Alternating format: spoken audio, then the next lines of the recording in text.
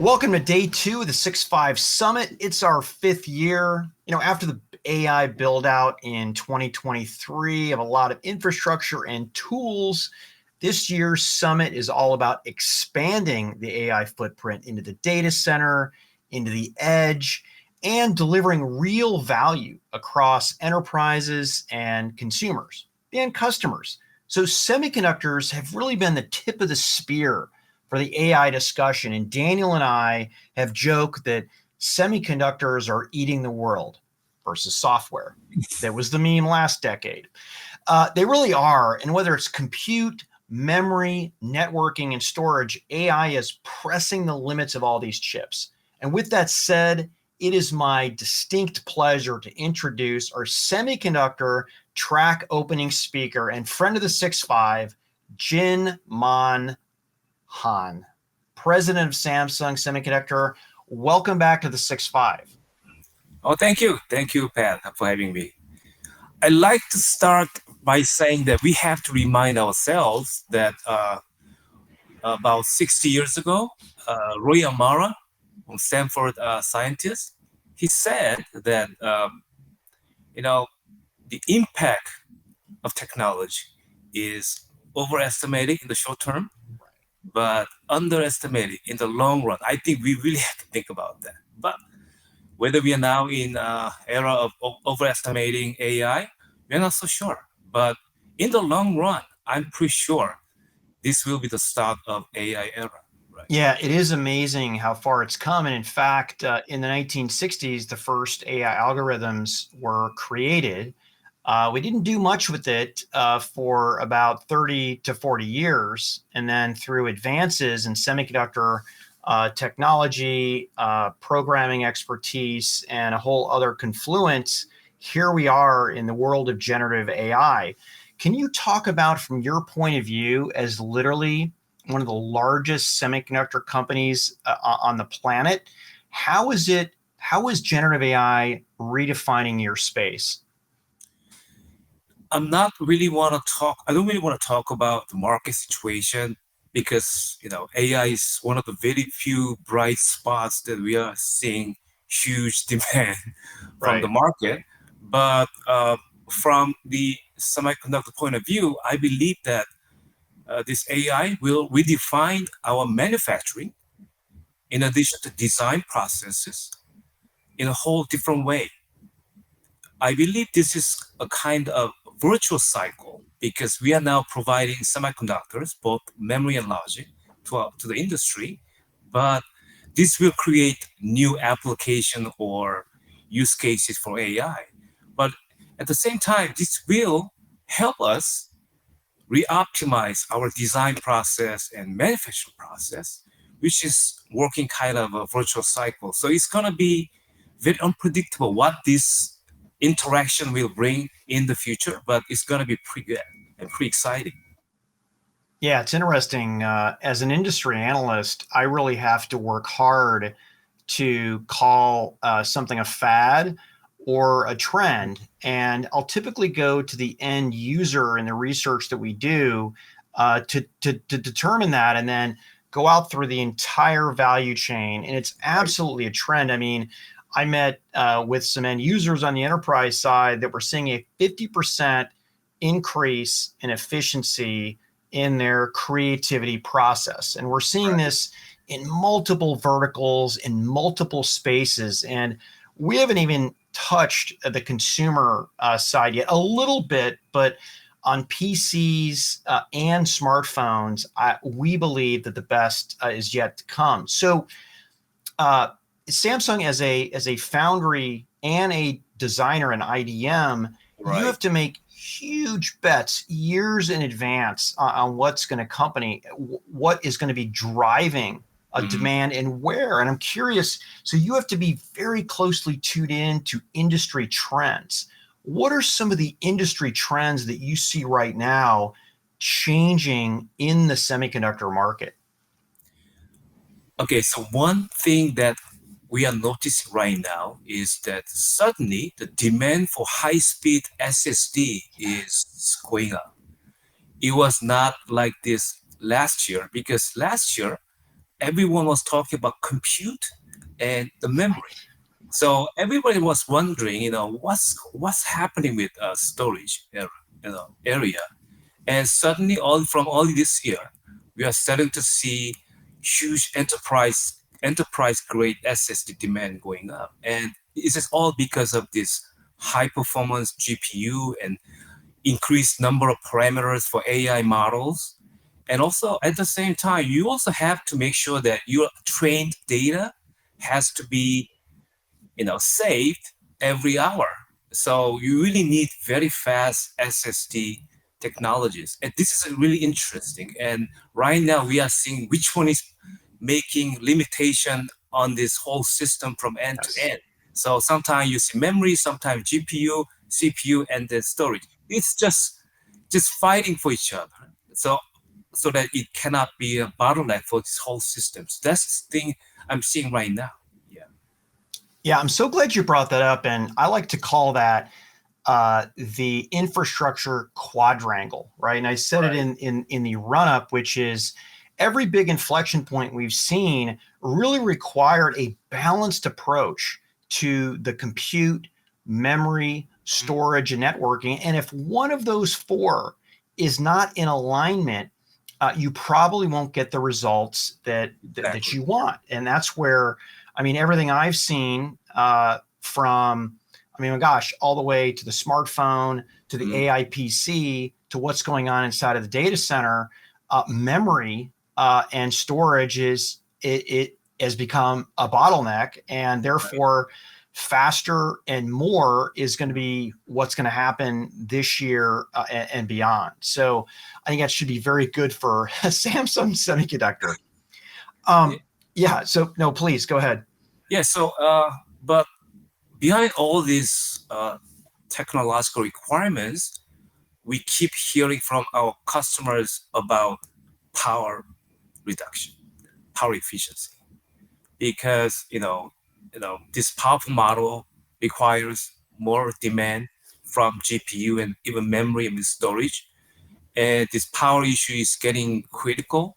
Oh yes. Right now, I believe that in United States, about 4% of electricity consumption is caused by data center.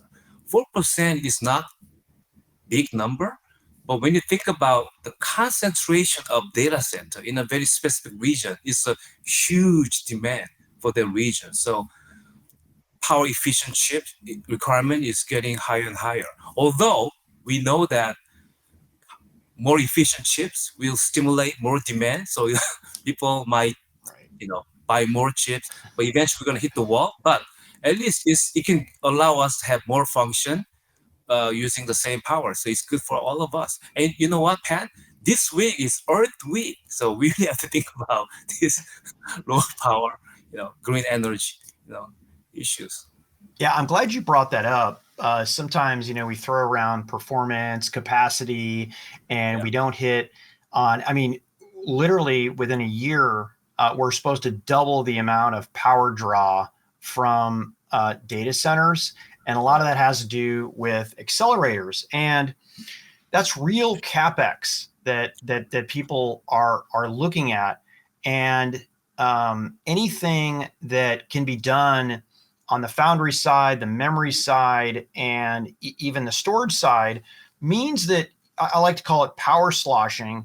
You can provide that power savings either to the compute, the GPU, or the right, processor, or you can just reduce your overall footprint. And right. for all those who are listening out there, it is really hard to deliver high performance, increased capacity, and lower power all at the same time. But welcome to Jinmon's world here. So no, it's a huge challenge. Right. It's a huge challenge.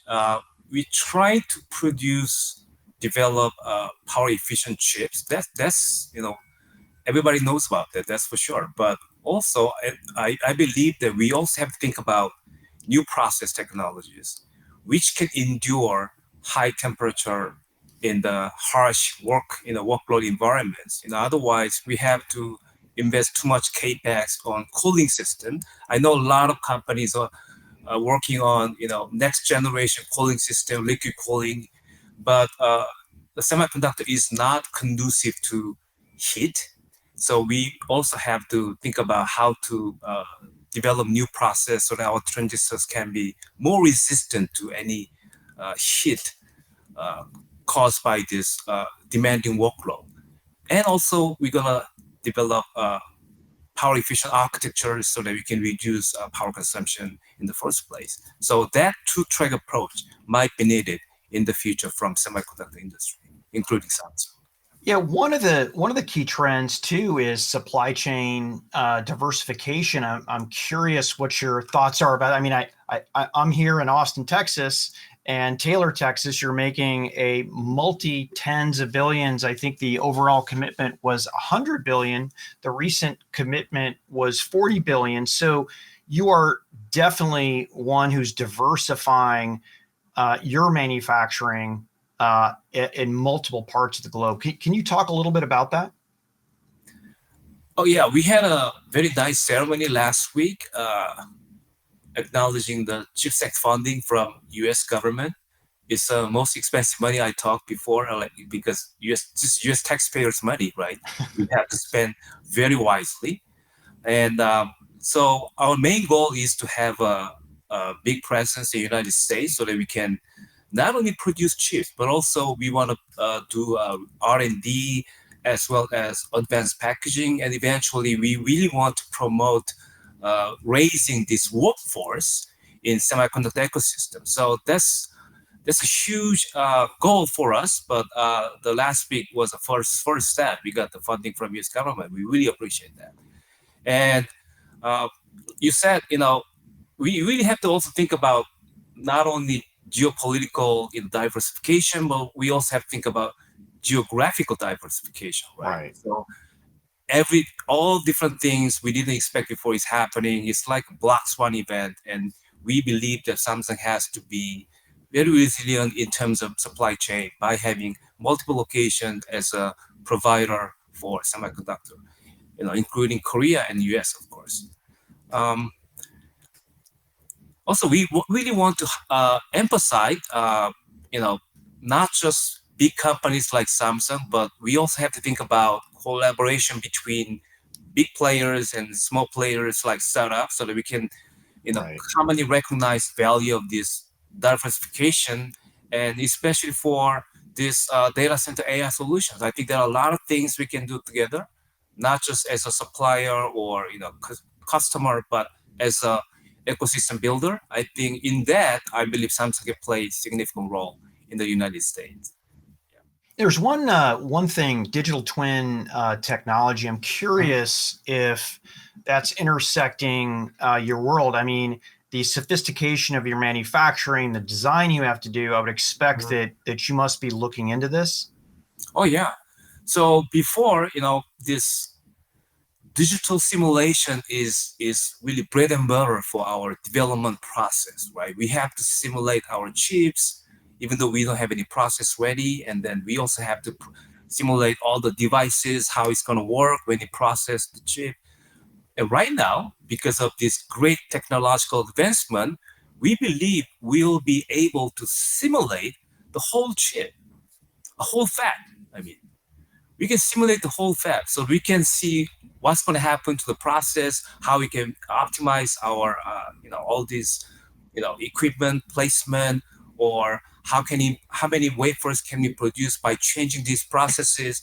Right. It's going to be amazing, right? So even though we don't have any fab ready in the next 2 or 3 years, we might be building our fab in the virtual environment. We may be able to run the simulations to see what's going to happen. It's going to be amazing, right?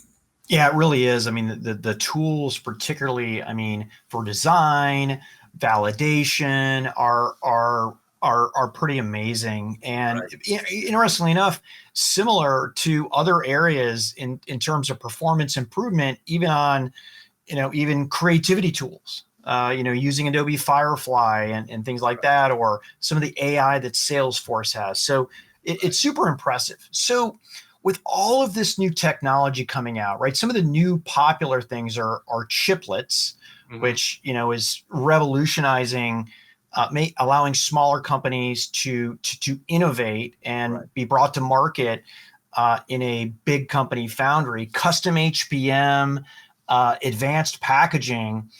These all have the ability to speed up the innovation process. And I'm curious, how are you pulling elements like that together to increase time to market and enhance innovation?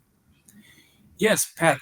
That's one of the reasons why our customers are so excited about Samsung's so-called one-stop solution, because we have memory, logic process, foundry business, as well as advanced packaging. So we believe we can combine all these technologies in a much more chemical way, so that we can provide holistic solution to our customers specific to their needs. Right? I think there are not many companies in the world can provide that solution.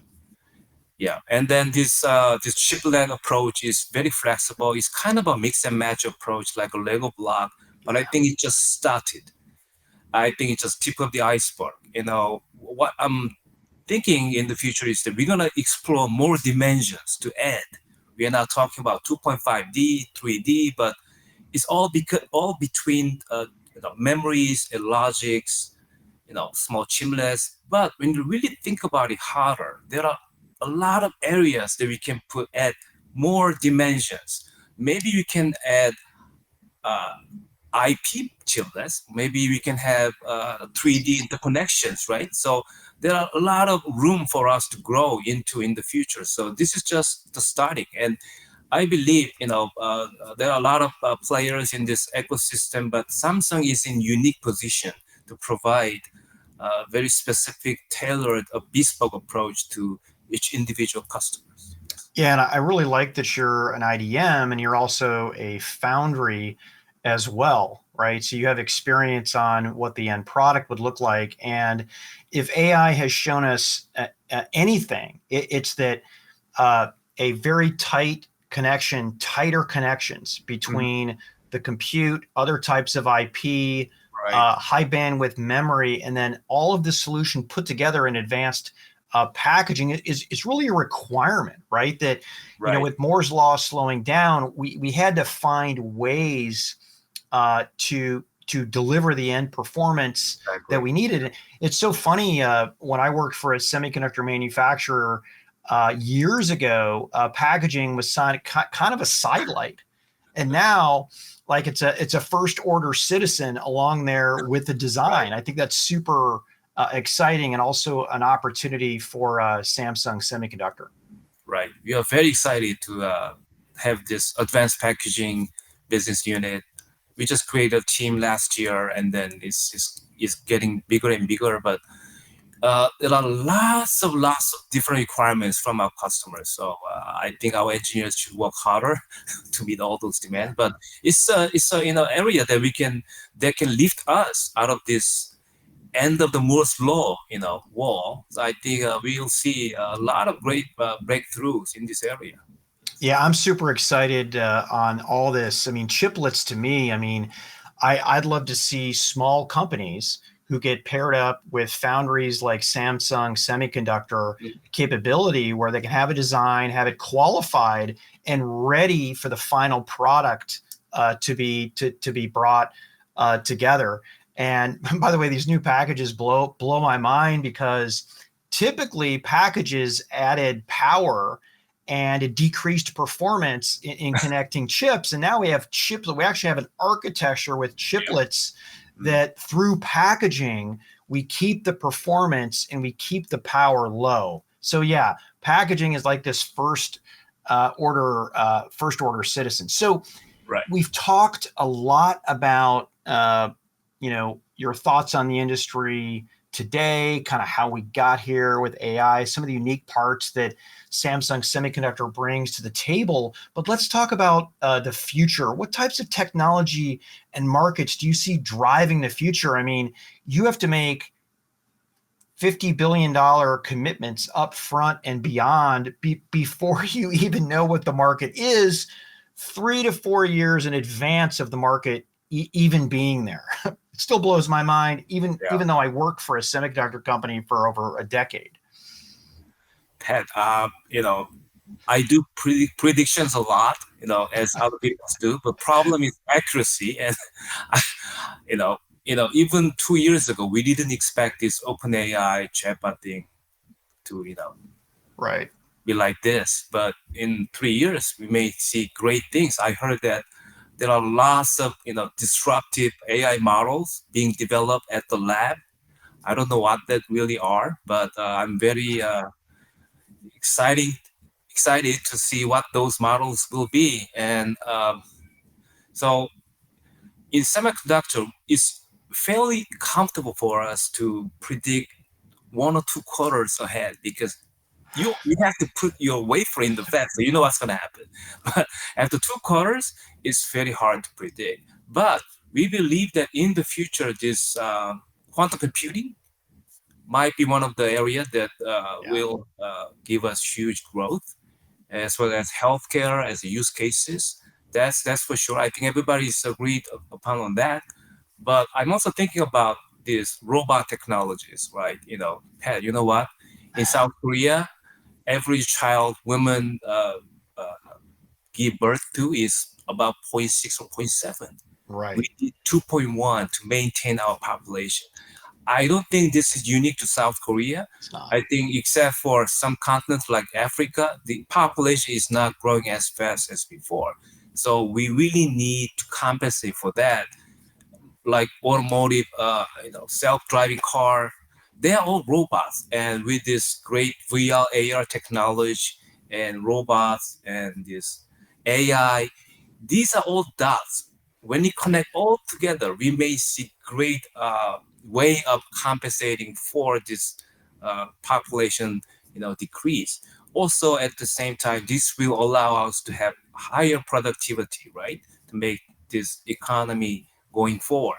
So I don't know what's going to happen within the next 3 or 4 years, but it's going to be really great Yeah, it technology. really is. And I'm convinced too that, with all the action that we're seeing in the data center, and my firm has been calling the start of a PC super cycle starting in the middle of this year and really ramping in the first half of 25. I also believe that if we do what we need to do on the smartphone side and with on-device AI, with, by the way, more memory, more storage, more NPU compute, we're going to be driving a lot of cool use cases to drive that. And one thing we haven't talked about yet that I'm excited about is, and you hit it with robotics, is generative AI in the industrial IoT. I think what we found is that if you process data on the edge, let's say it's smart factories, smart Right. transportation, it makes the investment of replacing what's on the edge a lot more meaningful because it basically pays for itself. And I know people aren't talking a lot about that now, but watch this space as AI goes from the data center to PC to Right. smartphones and then to the industrial IT and Right. like places like you said in robotics. Right, exactly. And behind all of this great technological advancement, we need semiconductor. Oh, I mean, it starts everything. Yeah. There are people that said software is eating the world, and I always like to say, yeah, but software can't run on air. And Jinmon, the last 40 years of technological information, um, semiconductors and hardware has leaped over each other. Right? It's been this virtual cycle, which has Right. been the hardware and the semiconductors do this big build out. The Mhm. developers have a lot more to work with. They drive a ton of software development, and then they're like, I need more, right? So Right. it's Exactly. fun to see the overlap here, and Samsung is taking a huge role in driving this generation of generative AI. So want to thank you for coming on, Jinmon. I really appreciate that. Thank you for having me. Always a pleasure. Yeah, absolutely. And so you heard it here, the kickoff for the 6.5 Summit 2024 Semiconductor Track. Appreciate you tuning in today. And hopefully you see the value of memory and storage in the quadrangle of AI, and how Foundry and Foundry services make this all happen. And essentially, delivering the AI economy, because without these semiconductors, it's not going to happen. So stay tuned for all the day two coverage today, and make sure you check out day one because, it's on simulcast. And of course, check in for day three. Thanks for checking in. Appreciate that.